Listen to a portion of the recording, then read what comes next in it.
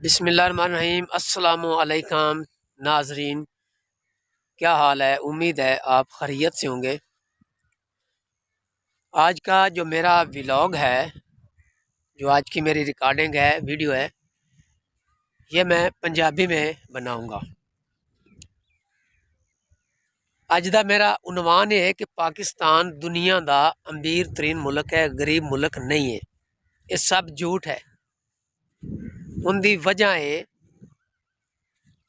कि जिस घर दे विच पंज पंज मोबाइल हैं तो उन्होंने पंजा मोबाइलों के उत्ते पैकेज लगे हुए हैं। और एक पैकेज जड़ा ना घट तो घट जिंदे च डाटा भी होंदा है, मिनट्स भी होंदे ने, अदर नैटवर्क भी होंदे ने, वो 1000 रुपए का पैकेज है। तो जिंदे उत्ते नैट नहीं चलता वो 500 तो 600 रुपए का महीने का।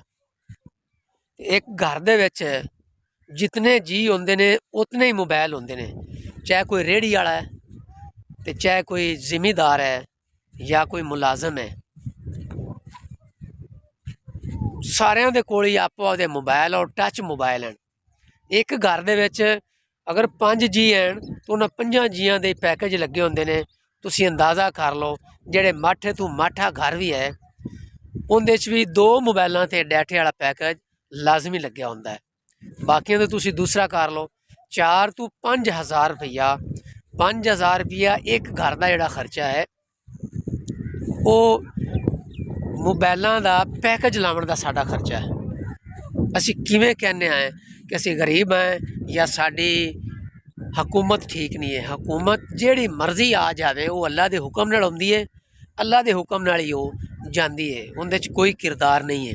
दुनिया का कोई ऐसा काम नहीं है जेड़ा मेरे अल्लाह के हुक्म तो बगैर होंदा होवे। हर काम अल्लाह के हुक्म नाल ही होंदा है। तो 4 तो 5000 रुपया जोड़ा है वो साडा मोबाइलों की मद ही चला जाता है।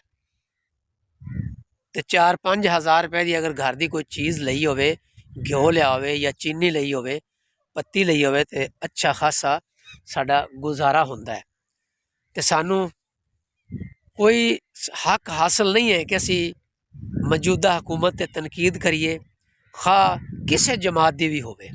जदों असी खुद ही सही नहीं आए तो असी किस तरीके दे नाल तनकीद कर सकने हैं। तो सानू चाहिदा है असी अपने अखराजात असी खुद ही घटा सकने हैं और खुद ही वधा सकने हैं। तुसी जेड़े मर्जी घर नूं वेख लो, उन्हें मोटरसाइकिल लिया है।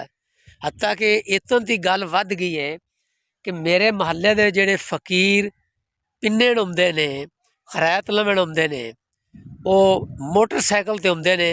उन्हें मोटरसाइकिल ठलना होंदा है तो 6-6 7-7 घर वो खरैत लैके पिन के उस तो बाद वापस आते हैं, लाक खोलते हैं तो फिर अगां चले जाते हैं। ये आलम है खरैत लवन वाला दा, पिन्नन वाला दा। तो कई जेड़े उस तो थल्ले वाला दर्जा है वो सैकलों ते आउंदे ने। तो साडी आवाम एडी बेगैरत हो चुकी है जिंदा हिसाब ही नहीं। मैनू ये गल कहनी नहीं चाहिए। बाबा जा मजबूरी आख रहा, दुख भरे अंदाज आख रहा कि असी हुकूमत ते तनकीद करने आए। जेड़े मर्जी कंजर दी हुकूमत होवे, भी इमरान खान ही सही है, नवाज शरीफ नहीं सही है, पीपल पार्टी नहीं सही है, जमात इस्लामी नहीं सही है, उन्होंने तुसी गोली मारो। कुरान मजीद फुरकान हमीद भी गालबन पारा नंबर 10 है, आयत नंबर 53 है, या पारा नंबर गलती नाल अगे पिछे हो सकता है, लेकिन गल यह है कि कुरान मजीद फुरकान हमीद भी लिखा आया है कि खुदा ने आज तक उस कौम की हालत नहीं बदली, ना हो ख्याल जिसको आप अपनी हालत बदलने का। ये डॉक्टर इलामा इकबाल ने ये शेर लिखा है। बेसिकली ये कुरान मजीद फुरकान हमीद की आयत का तर्जमा है। जितनी देर तक असी खुद अपनी एहसास नहीं करांगे, अपने माजी नूं याद नहीं रखांगे, अपनी औकात नूं याद नहीं रखांगे, असी तरक्की नहीं कर सकते। खाली हुकूमत इत्थे बहन जावे तो तुहाडी मेहरबानी। जेड़े मेरे भैणा भरा, मेरे दोस्त अहबाब ए मेरी वीडियो सुनते पे ने, वो अपने घरां दे अखराजात क्यों नहीं काम करते?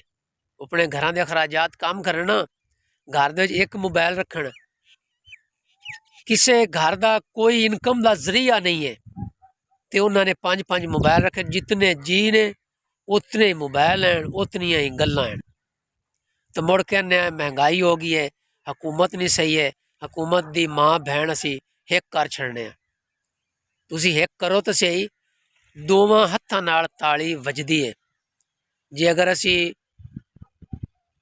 आपदा माहौल और आपदी तरतीब रहन सहन का तरीका सही कर लवांगे तो फिर असी हुकूमत ते तनकीद करदे भी सोहने लगने।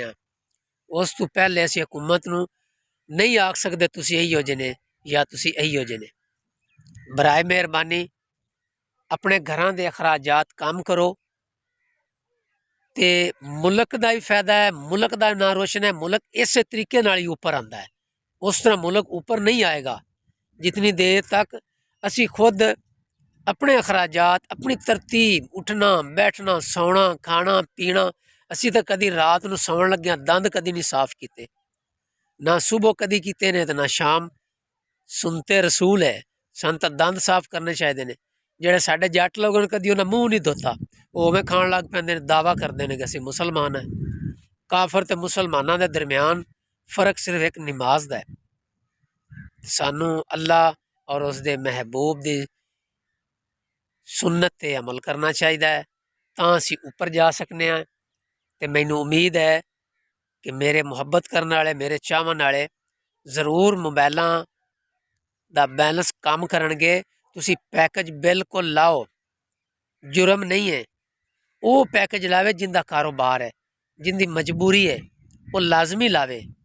नहीं तो घर दे विच एक मोबाइल रख लो, बाकी ना रखो।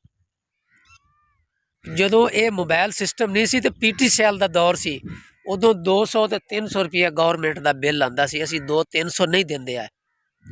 अज असी 12-12 एक 1300 का पैकेज है, टैलीनार का एक 2000 का पैकेज है, असी वो लवा रहे हैं। मैं खुद अपने दोस्त में किंदा ना लवां, मैं अपने करीबी दोस्त हैं, क्योंकि मेरी वीडियो भी लोग वेखते हैं। मैं उन्होंने नाम नहीं लेना चाहता, उन्होंने घर रोटी नहीं पकती, तो उन्होंने कोल सारिਆਂ ਦੇ कोल धीआं पुत्रां नूहां सारिਆਂ ਦੇ कोल मोबाइल हैं। तो मैं पूछा भी पैकेज केड़ा लाया, उन्हें कहा असी 300 MB का पैकेज लाया है जोंग का। अल्लाह तुहाडा भला करे तो रब तुहानू नेक बनावे। मैं भी विच थोड़ा जिहा गिस्सा गुल्ला हो गया, लफ्ज़ां की तरतीब मैं खराब कर दी है गुस्से दे नाल, वो मेरा हक बनता है। तो अगर असी एक दूसरे नूं भैणा भरा दोस्त बाब ना समझावांगे तो कौन समझाएगा? इंडिया वाले समझाएंगे। इंडिया की करंसी ऊपर चली गई है, अफगानिस्तान की वेखो करंसी कितनी ऊपर चली गई है, असी थल्ले तो थल्ले ही जाते पे हैं। बराए मेहरबानी अगर असी अपने अखराजात ते कंट्रोल करांगे, बिजली ते कंट्रोल करांगे, मोबाइलों ते कंट्रोल करांगे, तो साडा मुल्क पाकिस्तान ऊपर चला जाएगा। पाकिस्तान दुनिया का खूबसूरत तरीन मुल्क है, अमीर मुल्क है, गरीब नहीं है। असी इनू दोनों हत्थों के नाल ते दोवां पैरों के नाल लताड़ते पे हैं, ते नाल गालां करने कि इत्थे थल्ले जाना ही, उत्ते नहीं जाना। थल्ले उन्हें नप्पी खड़ोते हैं, लेकिन ये क़यामत तक कायम रहना है।